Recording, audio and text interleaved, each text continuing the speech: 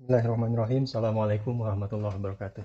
Waalaikumsalam warahmatullahi wabarakatuh. Alhamdulillahirabbil alamin wassalatu wassalamu ala sayyidina Muhammadin wa ala alihi washabbihi ajmain. Pada kesempatan siang hari ini saya ingin sharing ya mengenai satu hal yang merupakan rangkaian dari sebetulnya keseluruhannya ini literasi keuangan ya. Ini bukan yang pertama, bukan modul yang pertama. Modul yang pertama itu adalah memahami konsep kepemilikan atau harta atau ekonomi di dalam Islam. Itu modul pertama. Kemudian yang kedua, itu kemudian menyikapi. Bagaimana seorang muslim menyikapi semua itu. Bagaimana pandangan kita sebagai seorang muslim terhadap aset perekonomian yang ada. Itu dua. Ini yang ketiga. Ini yang ketiga itu adalah langsung to the point, straightforward. Seperti apa sih jalan atau rumus ya menuju financial freedom. Sebenarnya ini judulnya itu dihiperbolikan supaya menarik. Nanti kalau kita lihat dalamnya isinya itu sebenarnya tidak asing lagi bagi kita semua ya, mudah-mudahan. Kalau ada yang masih asing, nah berarti masalah itu. Saya tahun 2003 atau 2000-an lah, 2000 awal itu pernah kerjasama dengan seorang teman di Balikpapan. Dia berjualan dengan skema kredit. Kalau yang biasa kita kenal di masyarakat, tukang kredit lah kurang lebih gitu. Nah pada saat itu saya melihat dia punya potensi untuk mengembangkan usaha tersebut. Karena permintaan-permintaan untuk barang-barang yang harganya cukup tinggi itu cukup banyak gitu. Sayangnya dia nggak punya permodalan di situ, jadi nggak bisa dilayani. Yang bisa dilayani hanya ya panci apa segala macam ya, kalau teman-teman tahu lah. Nah akhirnya saya invest modal berbasis permintaan pelanggan. Ada pak, ini pak yang minta pompa misalnya, itu bengkel. Misalnya. Saya nggak punya dananya, ya saya modalin gitu kan dengan skema bagi hasil lah kurang lebih. Nah, berjalanlah beberapa waktu. Beberapa waktu berjalan, endingnya adalah bahwa uangnya habis, raib. Dia pindah ke kota lain, nah udah. Kemudian tahun 2005 atau 2006 di Jakarta, saya ketemu lagi, sebut saja namanya Joni. Namanya Joni ketemu. Itu di pengajian kayak begini. Pengajian kayak begini. Masih muda, baru lulus kuliah. Saya udah kerja berapa tahun ya? 2005 itu ya sekitar 5 tahunan lebih lah. Di atas 5 tahun. 6 tahun, 7 tahun.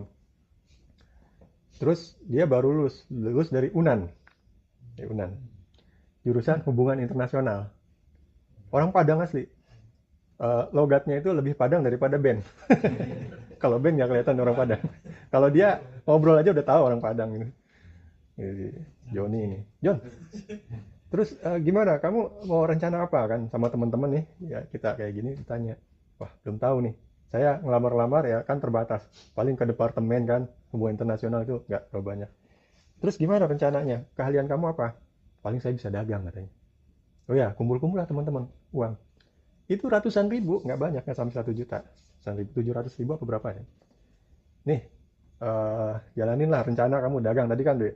Mau dagangnya gimana gitu. Gini. Oh ya udah. Jadi dia beli barang di Tanah Abang atau di satu pasar lagi saya lupa pasar di dekat Kebayoran itu. Mestik ya, Mestik. Terus dibawa ke Cikarang. Di Cikarang itu dia digelar di depan pabrik. Di sana banyak pabrik kan di Cikarang itu. Di depan pabrik digelar malam, jadi pasar malam gitu, jual. Nah, kami kan ketemuan setiap minggu, kayak begini ketemuan. Begitu ketemuan, datang dia laporan. Ini saya belanja di ini sekian ini. Itu jalan muter gitu uangnya. Wih, luar biasa saya bilang. Ratusan ribu itu bisa jalan dan bisa menghidupi dia gitu. Masih ada sisanya pula gitu. Ah, saya bilang ini potensi nih. John, gimana mau nggak kerjasama lah kita perbesar lah. Sekarang uangmu ada berapa?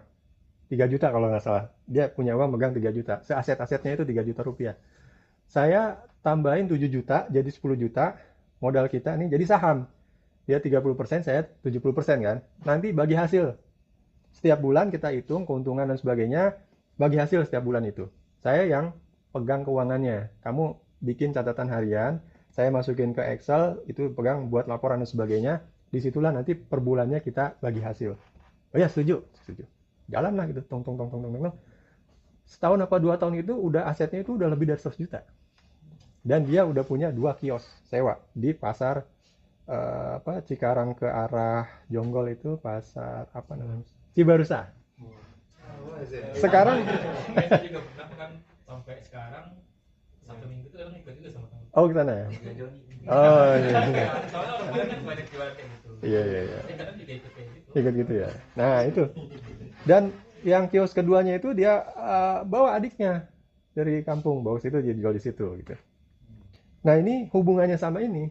Nanti kita lihat apa karakteristik dari dua orang ini yang berbeda sehingga menghasilkan hasil yang berbeda ya. Nah, ini rumus kurang lebih. Kalau kita bicara keuangan, rumusnya kan gampang sebetulnya. Income dikurangi pengeluaran, sisa. Ini rumusnya kayak gini-gini aja ya. Nah, dalam hal ini coba kita detailkan. Income itu biasanya kita bagi dua. Ada income aktif, ada income pasif. Pasif income, aktif income ya kurang lebih. Pengertiannya kurang lebih kita tahu ya. Aktif itu adalah income yang masuk kalau kita mengerjakan sesuatu, effort lah tambahan. Sementara pasif itu minim ya effortnya. Minim effort tapi mungkin ada resiko gitu. Nah, kemudian pengeluaran itu kita bagi dua. Yang satu kebutuhan, yang satu keinginan. Tahu nggak ininya perbedaannya? Tahu ya? Kebutuhan itu ya benar-benar kita nggak bisa ditinggal gitu. Makan, minum, pakaian, terus kemudian tempat tinggal. Ya kalau anak kos udah jelas lah. Makan, minum, sarapan, makan, minum, bayar uang kos, sama pakaian. Nah itu kebutuhan juga kita masih bisa pilih-pilih ya. Kita masih bisa bilang ini kebutuhan, memang tanpa makan minum itu nggak akan bisa jalan. Tapi makannya di lotte, di mall, sama makan di basement, nah itu masih bisa jadi ini juga ya, kebutuhan. Iya kebutuhan, tapi kan nggak harus di lotte gitu kan, di mall gitu dia. Nah ini juga masih bisa kita bagi dua sebetulnya kebutuhan, antara yang luxury dan yang standar gitu, keinginan ya. Yang aktif apa? Gaji bulanan. Kemudian yang pasif itu hasil dari investasi deposito, investasi sukuk, kemudian rumah kontrakan ya, setiap bulan kita dapat uang dari rumah kontrakan kalau punya rumah kontrakan, atau dari kos-kosan ya, kita setiap bulan dapat uang dari kos-kosan gitu. Terus pengeluaran, kebutuhan, makan, minum, tempat tinggal, keinginan, HP baru ya, kemudian mobil, gaya hidup. Gaya hidup ini kalau kita lihat di lingkungan kita di kantor ini bisa kelihatan banget lah gaya hidup ya. Istri saya kapan itu cerita, dia meeting di lantai berapa gitu. Terus dia bilang disambut sama sekretaris katanya. Sekretaris terus dia tanya, ya kalau sekretaris tuh gajinya berapa sih? Kenapa emangnya? Ya nggak tahu lah. Gede ya kayaknya di Pertamina sekretaris gajinya. Emang kenapa? Itu setiap dia kan berapa hari ke situ, istri saya berapa hari. Setiap situ pasti kopinya Starbucks katanya.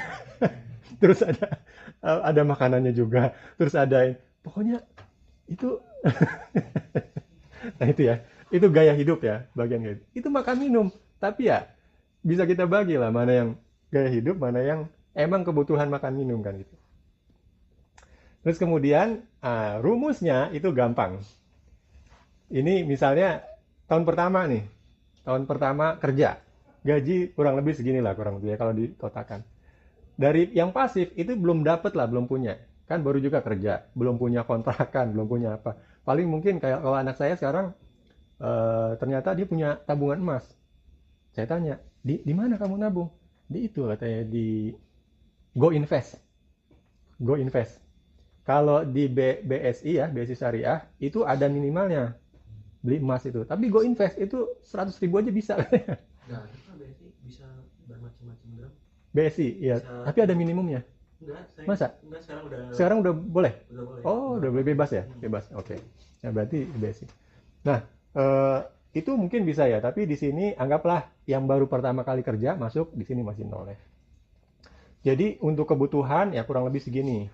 Akhirnya dapatlah sisanya segini.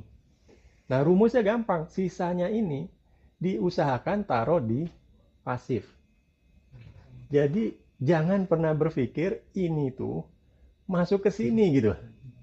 Baru juga dapat sisa 3 juta gitu. Bulan ini dapat 3 juta buat apa ya gitu.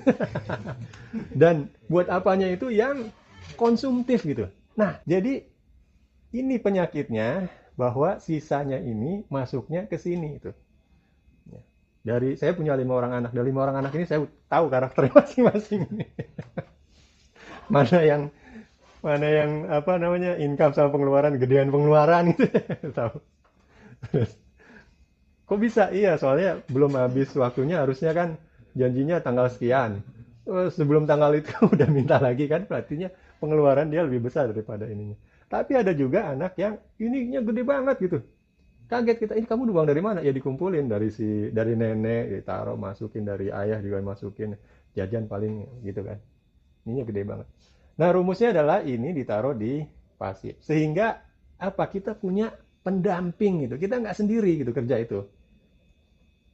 Jadi uang itu kalau kita punya uang bonus misalnya ya, apalagi bonus nih. Jangan berpikir ini buat apa, buat beli mobil, buat beli motor, enggak. Tapi berpikir dia kerja apa nanti nih, gitu. Otak kita itu kalau teman-teman dulu di zaman SMA itu ada yang suka dijulukin monkey business gitu. Oh dia mah monkey business. Maksudnya apa? Apa aja dibisnisin gitu. Jadi uang itu kalau kita punya itu jangan berpikir kita menikmati gitu, tapi karyakan dia. Nah, sekarang yang lagi ini yang menguntungkan apa nih? Ya. Sekarang zaman perang ini, itu yang perang Iran ini, itu investment ininya apa gitu di mana? Itu yang kita pikirkan. Masuklah ke situ. Set, dah. Kalau mau yang aman banget dan nggak ada risiko, ya risikonya minim banget.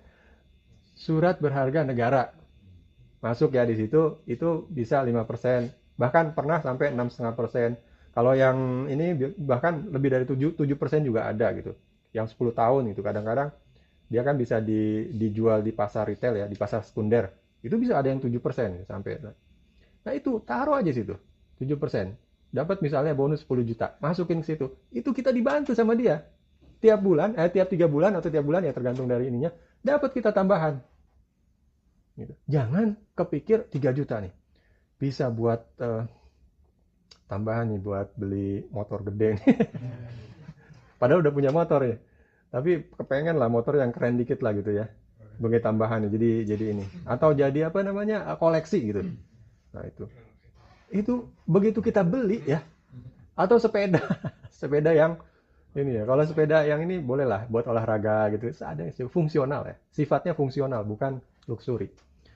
Nah, yang luxury itu motor, mobil itu, kalau kita baca literasi keuangan ya, beli motor, beli mobil yang sebenarnya kita nggak perlukan, itu hal yang paling bodoh yang pernah dilakukan oleh manusia. Kenapa? Begitu kita beli, sorenya itu uang kita udah turun. Kita buang-buang uang sekian persen gitu. Kalau kita nggak perlu banget ya. Nah ini ya, jadi sisa ini masukin ke dalam pasif ya. Pikir kita, ini mau diapain? 10 juta dapat bonus nih. Mau kemana nih kita?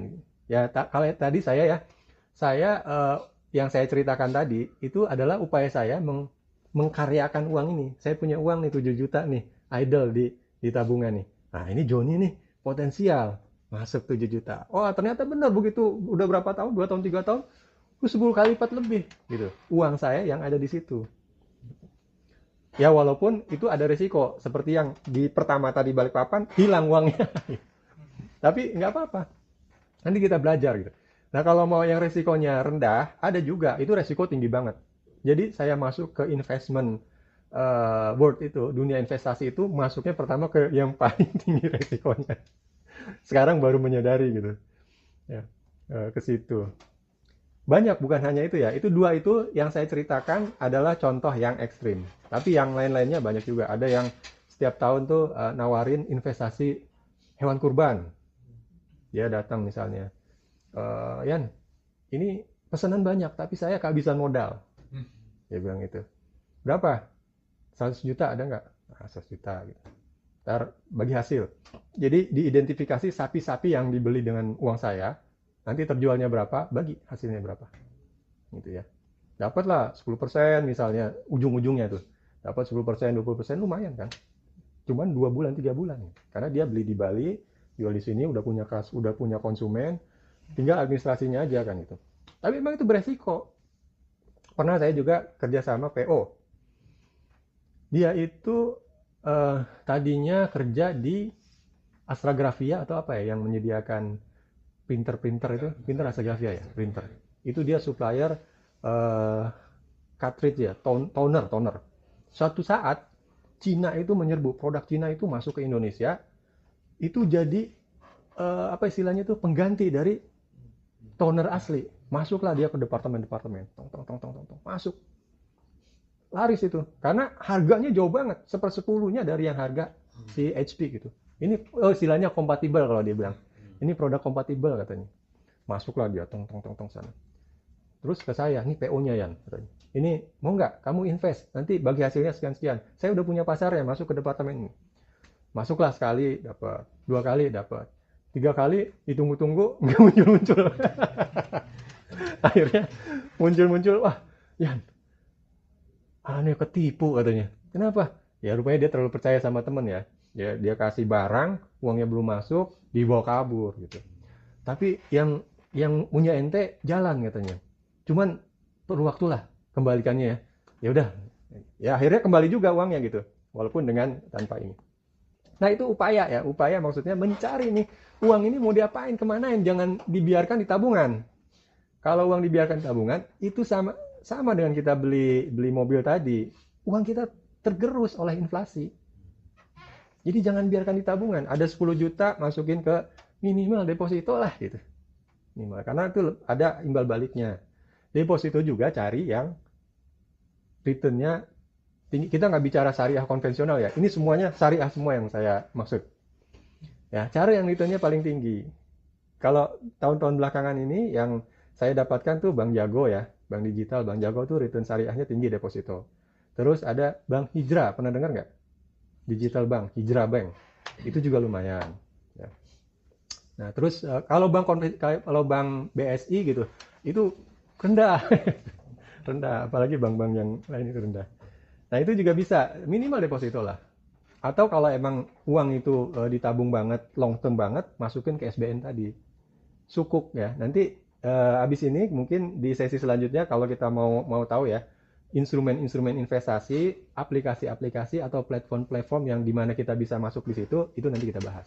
Mulai dari GoPay, mulai dari Go Investasi, kemudian ada yang pernah dengar Stockbit, Ajaib, Bareksa, terus Peluang, GoTrade, terus apa lagi?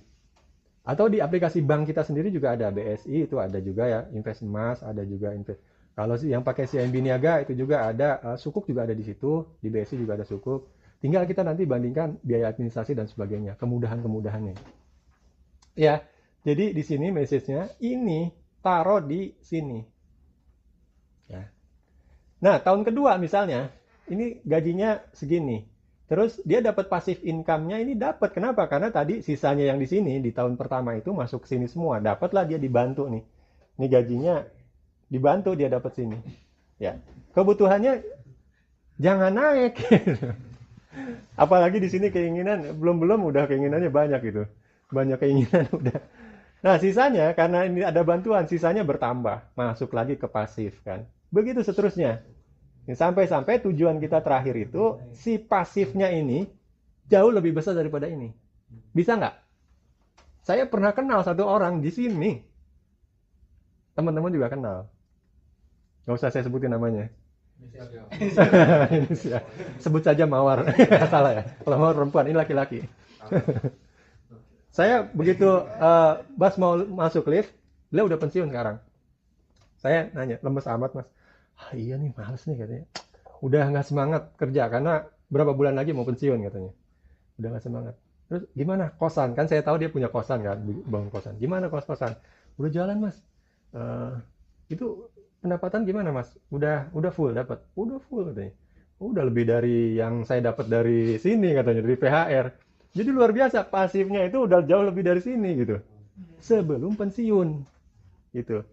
Jadi makanya aduh males nih kayaknya udah berapa bulan lagi pensiun, terus penghasilan juga udah dapat ya kan dari luar gitu. Bisa nggak? Bisa, ada gitu orangnya. Sekarang udah pensiun.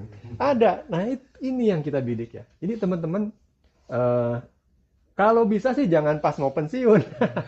Masih muda udah kayak gini gitu. Itu luar biasa ya.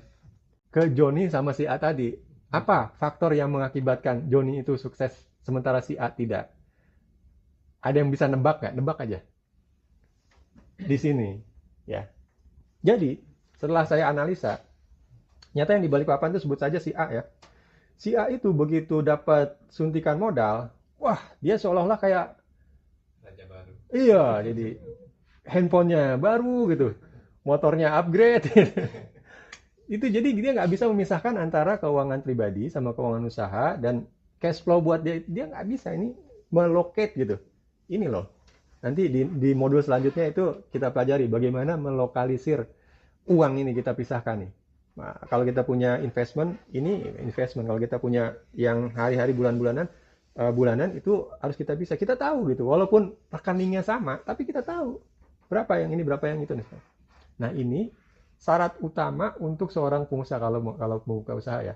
Itu harus bisa membedakan keuangan usaha sama keuangan pribadi. Ya. Satu, membuat catatan keuangan. Nanti kita pelajari. Dua, pisahkan kebutuhan keinginan ya. Ini udah mulai lah. Teman-teman harus sudah mulai pisahkan. Ya.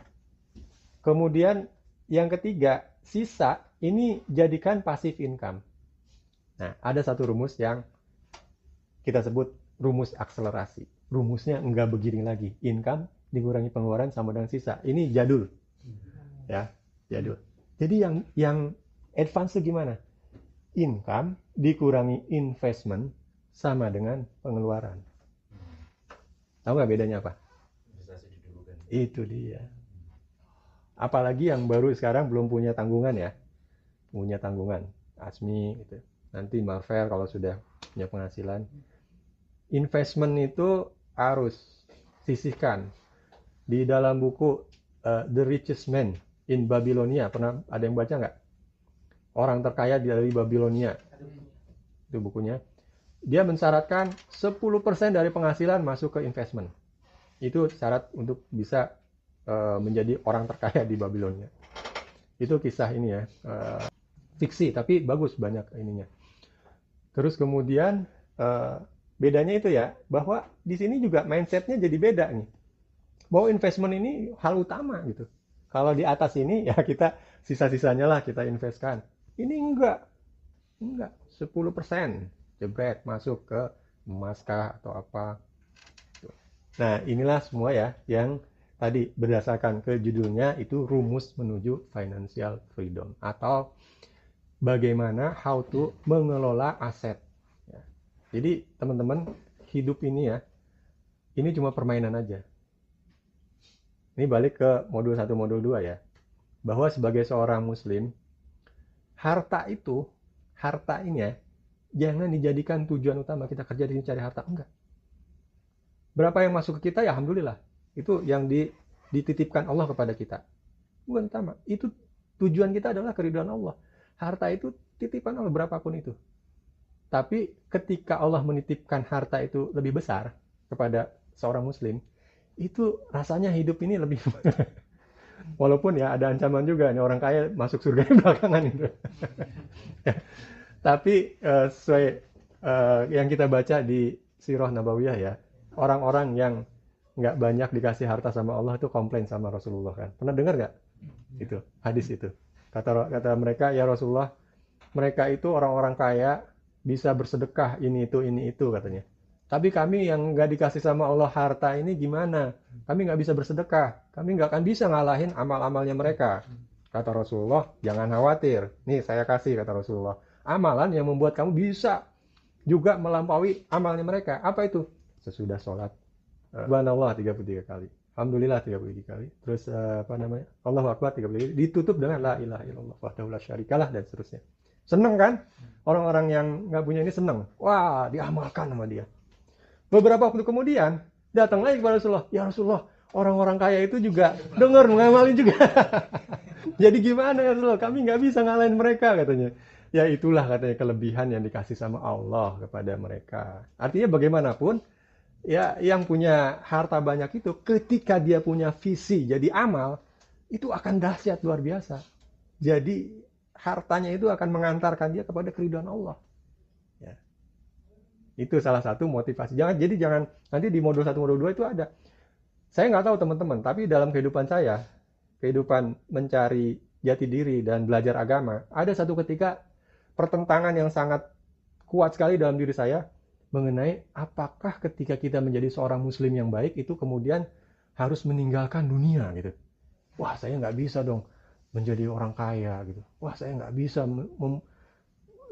melihat orang-orang itu kan ya punya ini itu tuh. Nggak bisa. Kenapa? Karena Islam itu kan gini-gini gitu. Saya ada satu pertentangan yang saya dapati waktu itu. Waktu itu otodidak ya. Saya belajar Islam itu otodidak. Masih tradisional gitu. Jadi ada satu pertentangan gitu. Nah, di modul 1 modul 2 itu dibahas. Apakah orang Islam itu nggak boleh jadi orang kaya? Jadi dibahas. Keywordnya itu buat orang Islam itu bukan memiliki, tapi mengelola ya.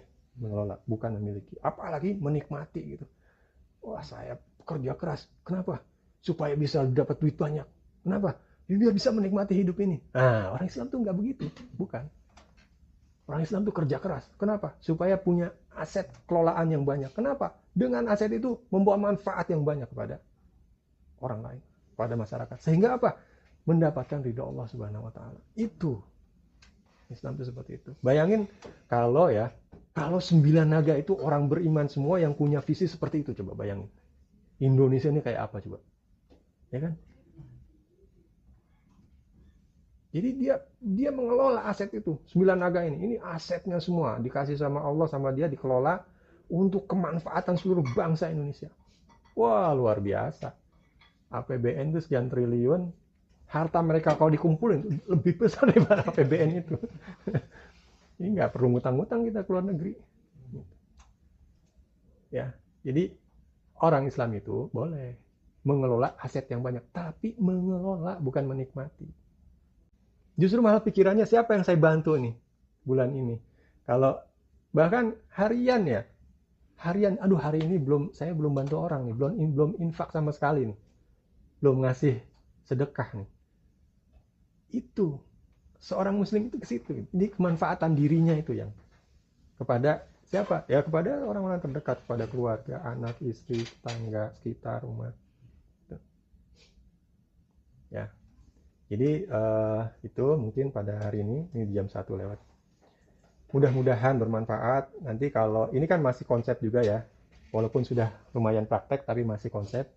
Nanti ke depannya mungkin kalau kita mau bicara lebih lagi, praktek lagi, bisa kita langsung membuka platform-platform dan sebagainya. Bahkan kalau mau, ayo sekarang buka akun. Itu akun apa? Nah, invest itu masuk 50.000 satu orang. Nah, gitu bisa jadi gitu. Biar ada langsung praktek. Minggu depan ya. Demikian kurang lebihnya mohon maaf. Assalamualaikum warahmatullahi wabarakatuh.